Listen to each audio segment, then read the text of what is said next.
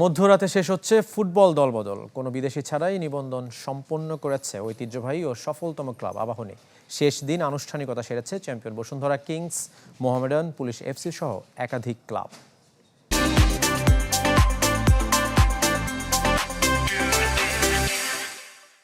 রাজনৈতিক পট পরিবর্তনের প্রভাব পড়েছে ফুটবল আঙ্গনে।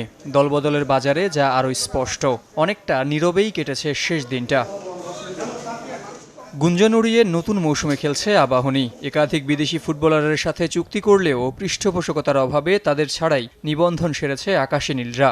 কোনো বিদেশি প্লেয়ার নাই, আমাদের শুধু লোকাল প্লেয়ার নিয়ে টিম করা। এটা গত মাসেই আমরা ফর্ম জমা দিয়েছিলাম কিছু, আর আজকে বাকি যে 5টা জন আছে আজকে জমা দিয়ে দিই।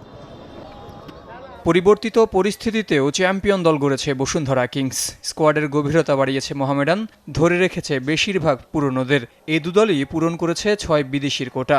ইয়াং টিম সাথে ফরেন কালেকশন আমাদের ভালো, সব মিলে আমাদের টার্গেট থাকবে যত ভালো করা যায়। স্টপার ব্যাক আমি রাফি নিয়েছি, লেফট ব্যাক দীপু আছে, একটা প্লেয়ার আছে, রহিম আছে, ঢাকা আবাহনী রহিম। এবং আমাদের আসলে মূল্য স্ট্রেংথই ফরেন প্লেয়ার গত বছরের 4 জন আছে, সুলেমান অবশ্যই আছে, এবং তাদের সাথে 2 জন ইয়াং। আমরা একজন হইল বোর্টেং, সে লাস্ট ইয়ার ইয়াতে খেলছে, রহমতগঞ্জে খেলছে, আর একজন আমাদের 2 বছর আগে আমাদের কাছে লাস্ট ইয়ার থাইল্যান্ডে খেলছে, মুজি ওর নাম। শেষ দিন দলবদলের আনুষ্ঠানিকতা পূর্ণ করেছে প্রথমবার শীর্ষ স্তরে খেলার অপেক্ষায় থাকা ফকিরের পুল ইয়ং মেন্স।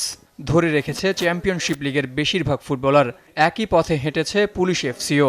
আর একেবারে শেষক্ষণে ফুটবলারদের নাম নিবন্ধন করেছে বিশেষ বিবেচনায় প্রিমিয়ার লিগে টিকে থাকা ব্রাদার্স ইউনিয়ন। একটু কষ্ট হলেও আমাদের এলাকাবাসী এবং ক্লাস আমাদের গভর্নিং বডির সভাপতি সবার সহযোগিতা নিয়ে আমরা ভালো করার আগ্রহ নিয়েই আমরা টিমটা করেছি, এবং ইনশাল্লাহ ভালো করবো ইনশাল্লাহ।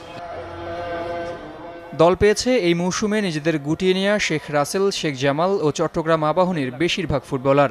তাদের অধিকাংশের নতুন ঠিকানা ব্রাদার্স, পুলিশ, রহমতগঞ্জ ও ফর্টিজ এফসি। জহির সাগর, চ্যানেল 24, ঢাকা।